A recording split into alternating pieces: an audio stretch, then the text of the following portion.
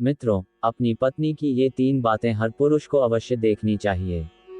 जो व्यक्ति अपनी पत्नी की ये 3 बातें देख लेता है, उसके घर में कभी भी गरीबी नहीं आती। ऐसे घर में माता लक्ष्मी का सदा वास बना रहता है, सुख शांति रहती है और परिवार हमेशा खुशहाल रहता है। मित्रों, आज के इस प्रसंग में हम जानेंगे कि स्त्री की वे कौन सी 3 बातें हैं जिन्हें हर पति को अवश्य देखना चाहिए। भगवान श्री कृष्ण ने स्वयं इस विषय पर देवी सत्यभामा को एक अद्भुत कथा सुनाई थी।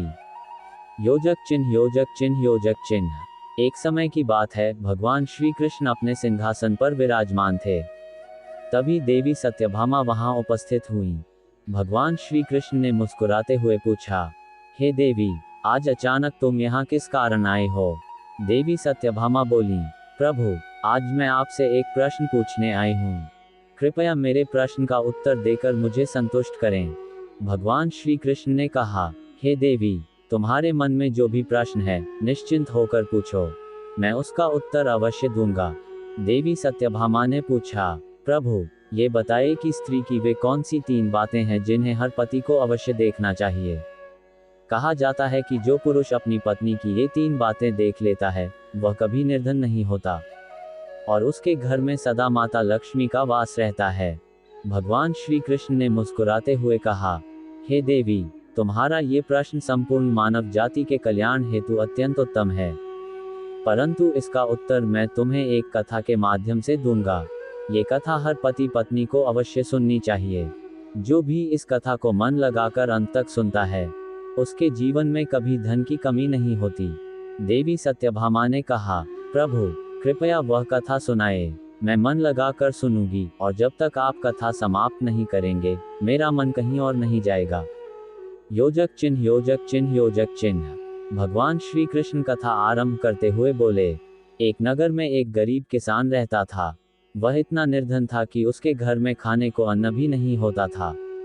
कभी उसे भोजन मिल जाता तो कभी भूखे पेट ही सोना पड़ता। उसके पास पहनने के लिए भी अच्छे वस्त्र नहीं थे। वह प्रतिदिन वही एक वस्त्र पहनता था। उसकी पत्नी अत्यंत सुंदर थी।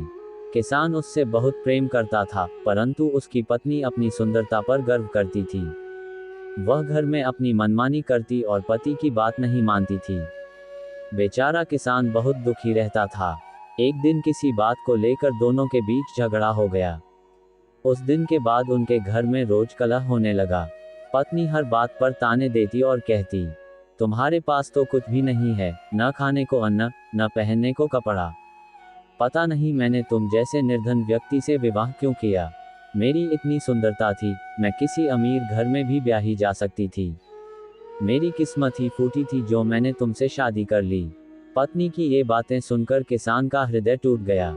वह सोचने लगा, मेरी पत्नी ठीक ही कहती है। मेरे पास है ही क्या, न धन, न वस्त्र, न अन्न। अब मैं करूं भी तो क्या करूं?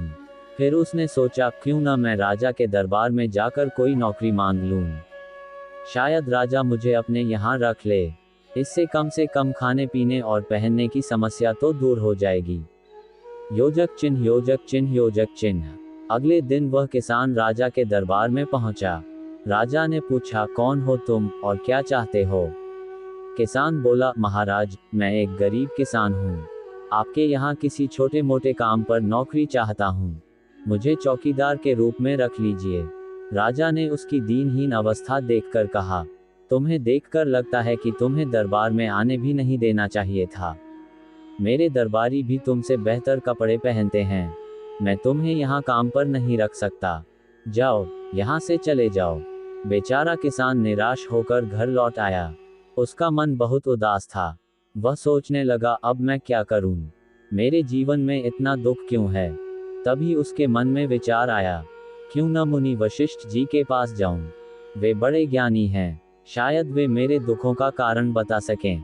योजक चिन्ह योजक चिन्ह योजक चिन्ह। अगले दिन किसान मुनि वशिष्ठ जी के आश्रम पहुंचा। वहां मुनिवर ध्यान में लीन थे। जब उन्होंने आंखें खोली तो देखा कि एक दुखी व्यक्ति उनके सामने खड़ा है। उन्होंने पूछा, हे वत्स, तुम कौन हो और इतने चिंतित क्यों हो? किसान बोला, हे मुनिवर, मैं बहुत गरीब हूँ। मेरे घर में न खाने को अन्न है, न पहनने को वस्त्र। मेरी गरीबी के कारण मेरी पत्नी रोज मुझसे झगड़ती है। मैं दिन भर कड़ी मेहनत करता हूँ, फिर भी थोड़े से ही पैसे कमा पाता हूँ। कभी भोजन मिलता है, कभी भूखा रहना पड़ता है। कृपा करके कोई ऐसा उपाय बताइए जिससे मैं धनवान बन जाऊं और मेरे घर में शांति स्थापित हो। किसान की बात सुनकर मुनि वशिष्ठ मुस्कुराए और बोले, हे पुत्र, मैं तुम्हें 3 बातें बताने जा रहा हूँ।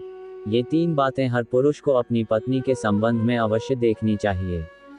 जो व्यक्ति ऐसा करता है, उसे धनवान बनने से कोई नहीं रोक सकता। किसान उत्सुकता से बोला, हे मुनिवर, कृपया मुझे तुरंत बताइए कि वे कौन सी 3 बातें हैं। मैं उन्हें जानने के लिए अत्यंत उत्सुक हूँ। मुनिवर बोले, हे पुत्र, अत्यधिक उत्सुकता उचित नहीं। मनुष्य को धैर्य रखना चाहिए।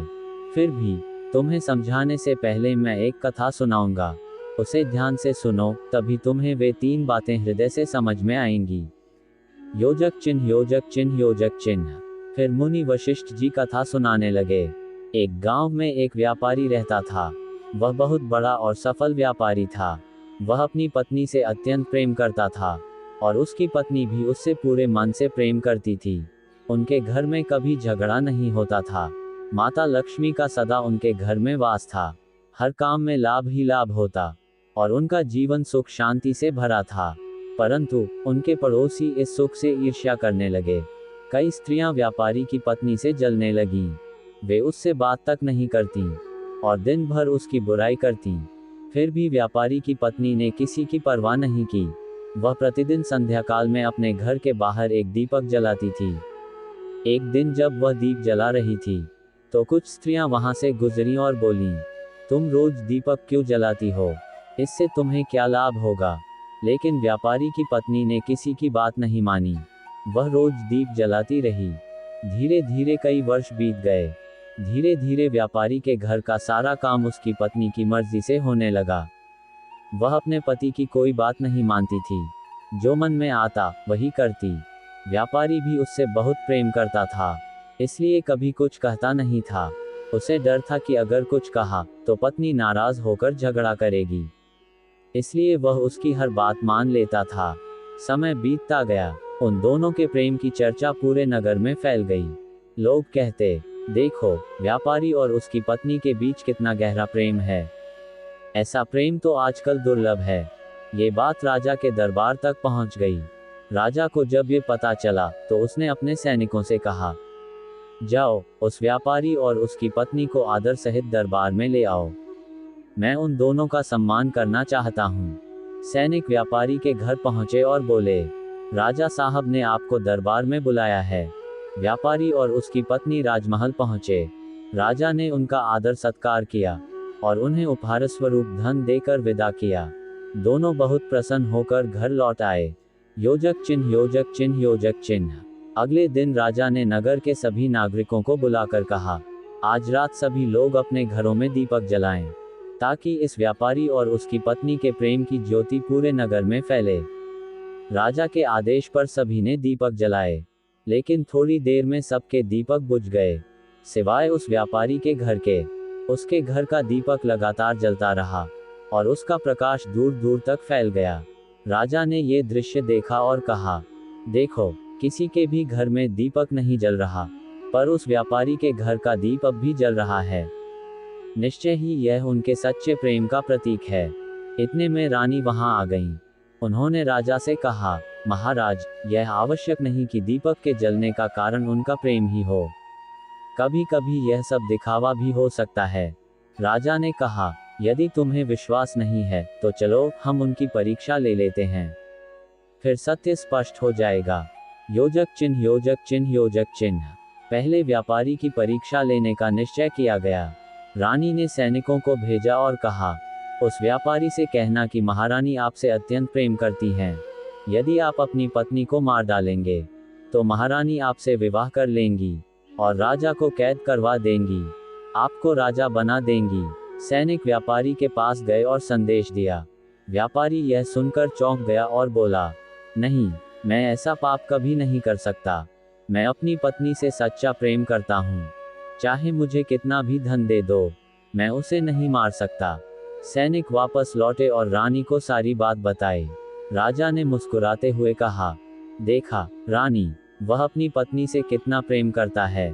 रानी बोली, अभी केवल व्यापारी की परीक्षा हुई है, अब उसकी पत्नी की परीक्षा लेना शेष है। योजक चिन्ह योजक चिन्ह योजक चिन्ह। अब राजा ने सैनिकों से कहा, अब उसकी पत्नी से कहना कि राजा साहब तुमसे प्रेम करते हैं। यदि तुम अपने पति को मार डालो तो राजा तुमसे विवाह कर लेंगे और तुम्हें रानी बना देंगे। सैनिक व्यापारी की पत्नी के पास पहुंचे और संदेश सुनाया। वह बिना सोचे बोले, ठीक है, जाकर राजा साहब से कह दो, मैं अपने पति को मार डालूंगी। सैनिकों ने पूछा, लेकिन राजा को कैसे पता चलेगा कि तुमने ऐसा कर दिया है? वह बोली, हर संध्या में जो दीप जलाती हूँ उसके बुझने को ही संकेत समझ लेना। जैसे ही दीपक बुझ जाएगा समझ लेना कि मैंने अपने पति को मार डाला है। सैनिक ये सुनकर हैरान हो गए। वे तुरंत राजमहल पहुंचे और राजा को सब बताया। राजा ये सुनकर स्तब्ध रह गए। उन्होंने कहा, जाओ, तुरंत जाकर उसे रोक दो। उसे कहो कि यह केवल परीक्षा थी, सच में ऐसा न करे। योजक चिन्ह योजक चिन्ह योजक चिन्ह। सैनिक दौड़ते हुए व्यापारी के घर पहुंचे, लेकिन तब तक बहुत देर हो चुकी थी। वह स्त्री अपने पति को पहले ही मार चुकी थी। सैनिक क्रोधित होकर बोले, तुमने कहा था कि संध्या के समय ये करोगी, फिर अभी क्यों किया? वह बोली, मैं तो बहुत पहले से ही इसे मारना चाहती थी, पर अवसर नहीं मिल रहा था। आज मौका मिला तो मैंने इसे मार डाला। अब जाकर राजा से कहो, वह मुझसे विवाह करें और मुझे रानी बना लें। सैनिकों ने कहा, तुमने बहुत बड़ा अपराध किया है। हमारे राजा तुमसे प्रेम नहीं करते। ये तो केवल परीक्षा थी। तुम्हारे पति तो परीक्षा में सफल हुए, पर तुम असफल रहीं। अब तुम कहीं की नहीं रहीं, न घर की न घाट की। योजक चिन्ह योजक चिन्ह योजक चिन्ह। इतना कहकर मुनि वशिष्ठ जी ने किसान से कहा, हे पुत्र, अब मैं तुम्हें बताता हूँ वे 3 बातें जो हर पुरुष को अपनी पत्नी के विषय में अवश्य देखनी चाहिए।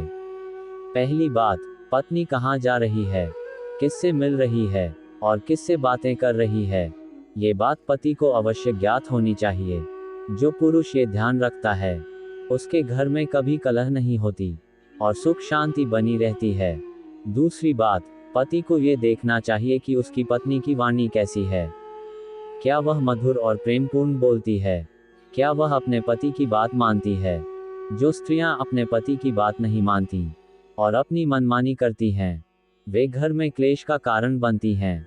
तीसरी बात, पति को ये देखना चाहिए कि उसकी पत्नी का किसी पराये पुरुष से कोई अनुचित संबंध तो नहीं है, क्योंकि जो स्त्रियां पराये पुरुषों में आसक्त होती हैं, वे अपने पति के घर से लक्ष्मी का नाश कर देती हैं। योजक चिन्ह योजक चिन्ह योजक चिन्ह।